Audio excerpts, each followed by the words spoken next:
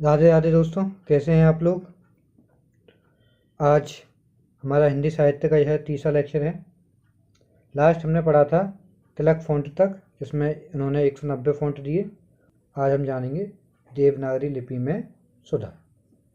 सबसे पहले आ जाते हैं, हमने कल पढ़ा था कि तिलक जी ने दिया था 190 फ़ॉन्ट। अब आ जाएंगे, सावरकर बंधुओं ने गांधी जी की पत्रिका हरिजन के लिए क्या किया था, 12 खड़ी तैयार करी थी। तो सावरकर बंधुओं ने क्या किया, तो गांधी जी की पत्रिका हरिजन के लिए क्या किया, 12 खड़ी तैयार करी थी। ठीक है, अब देख लेते हैं डॉक्टर श्याम सुंदर दास। उन्होंने क्या बताया, पंचमा अक्षर के स्थान पर अनुस्वार के प्रयोग की सलाह दी।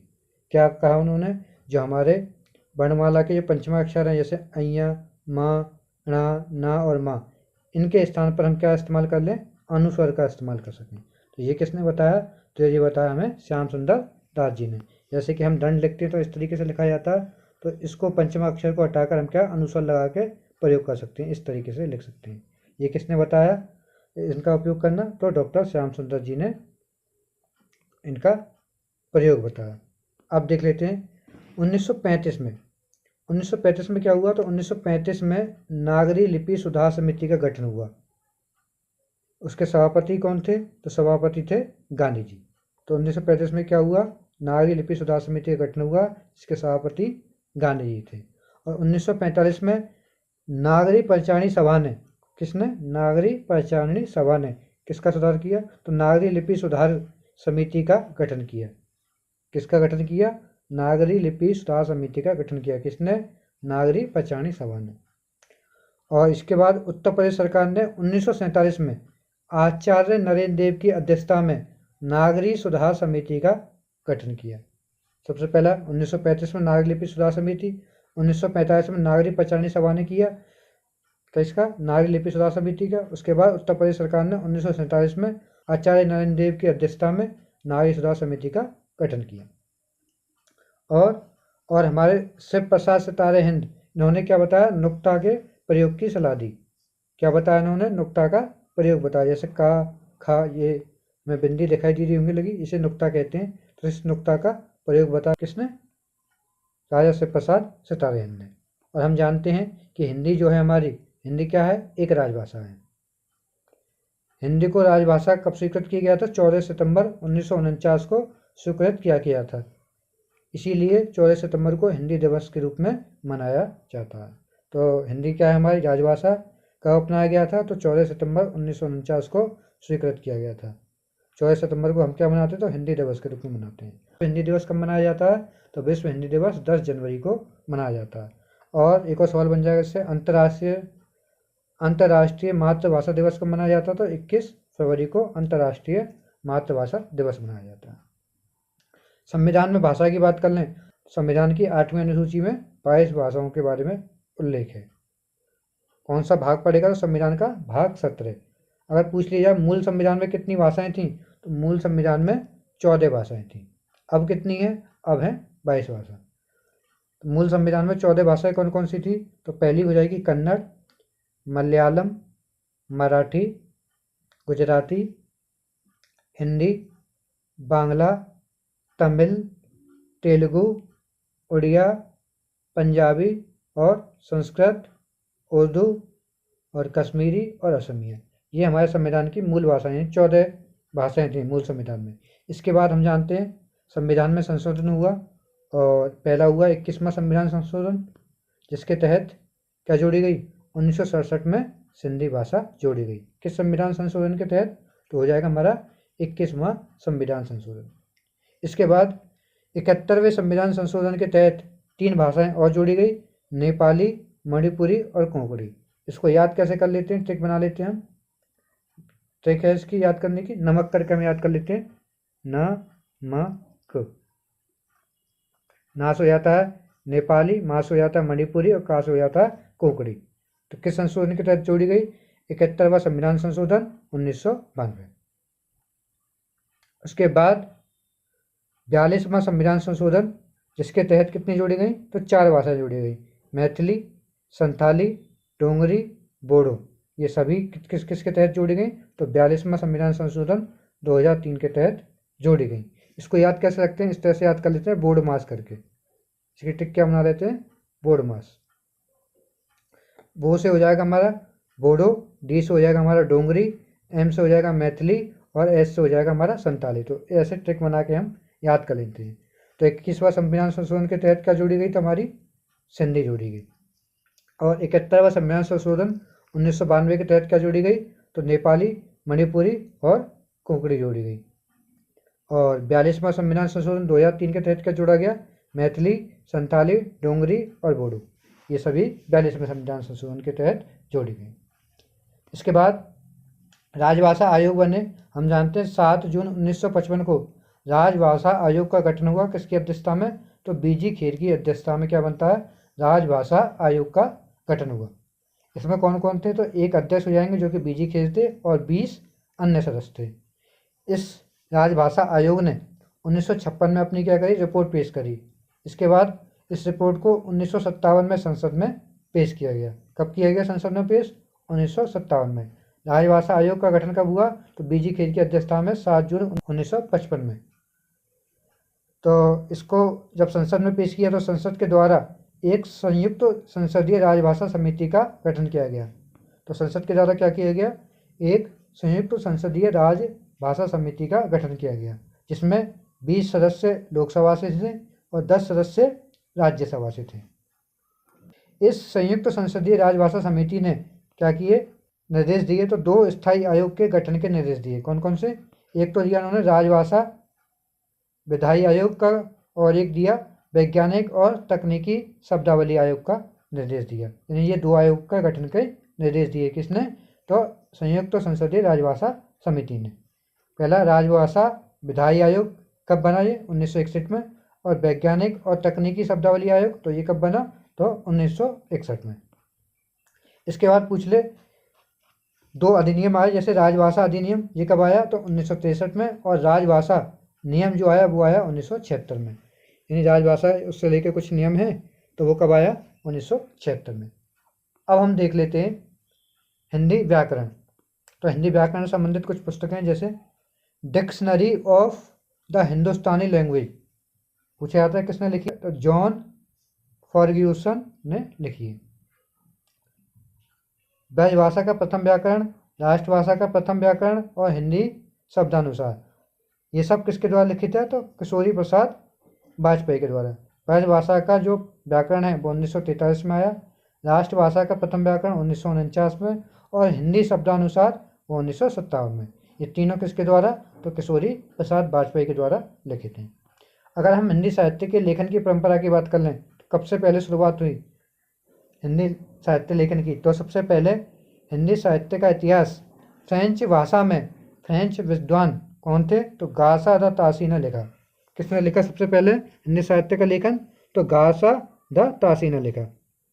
पुस्तक का नाम क्या है इनकी का, पुस्तक का नाम है इस्तवार द लिटरेचर इंडो हिंदुस्तानी। तो क्या हो जाएगा इनकी पुस्तक का नाम, इस्तवार द लिटरेचर इंडो हिंदुस्तानी। इस पुस्तक के 3 भाग हैं। कौन कौन से, पहला प्रकाशन हुआ था पुस्तक का 1839 में और दूसरी पुस्तक का 1847 में और तीसरी 1871 में। तो कितने भाग हैं इस पुस्तक के, 3 भाग हैं।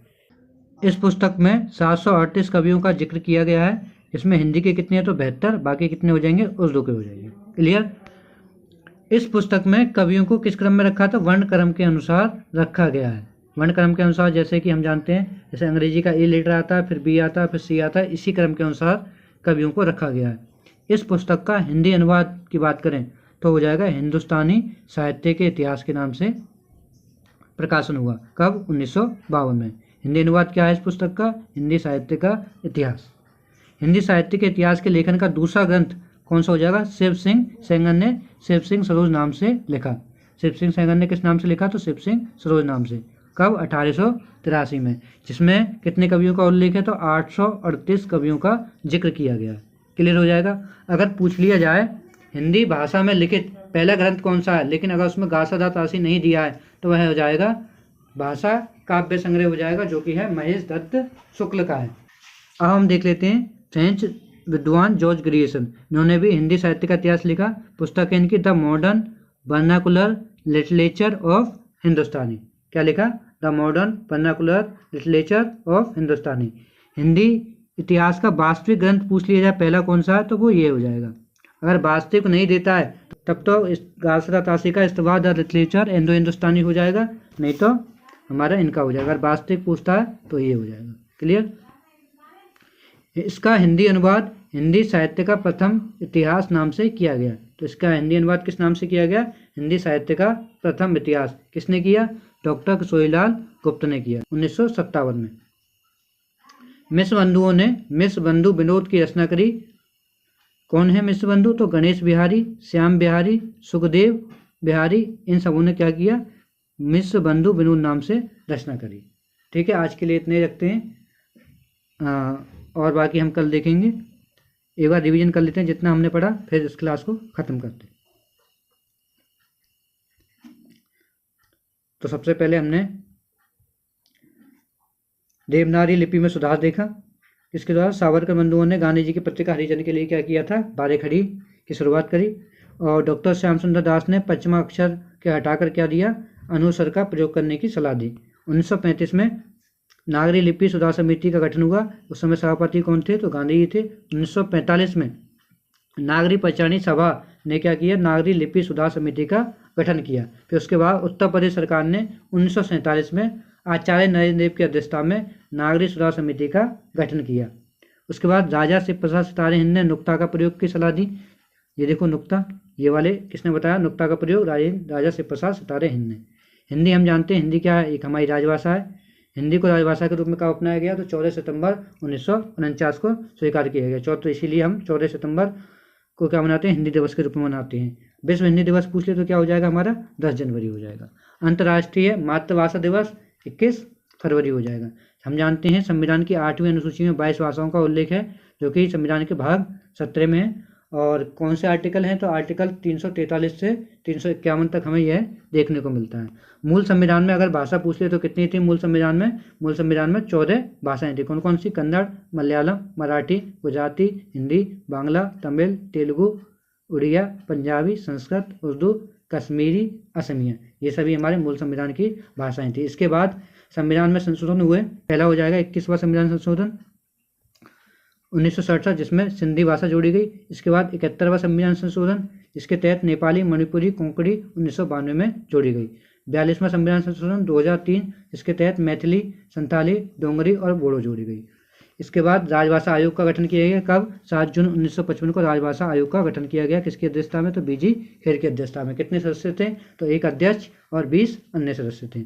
इसने रिपोर्ट कब पेश करी अपनी? तो 1956 में इसने अपनी रिपोर्ट पेश करी। 1957 में ये रिपोर्ट संसद में आई। संसद के द्वारा एक संयुक्त संसदीय राजभाषा समिति का गठन किया गया, जिसमें 20 सदस्य लोकसभा से, 10 सदस्य राज्यसभा से और एक अध्यक्ष हमारे गोविंद बल्लभ पंत ही थे। 2 स्थायी सदस्यों का गठन किया गया इसके तहत। राजभाषा आयोग, इसकी स्थापना हुई 1961 में। वैज्ञानिक और तकनीकी शब्दावली आयोग 1961 में।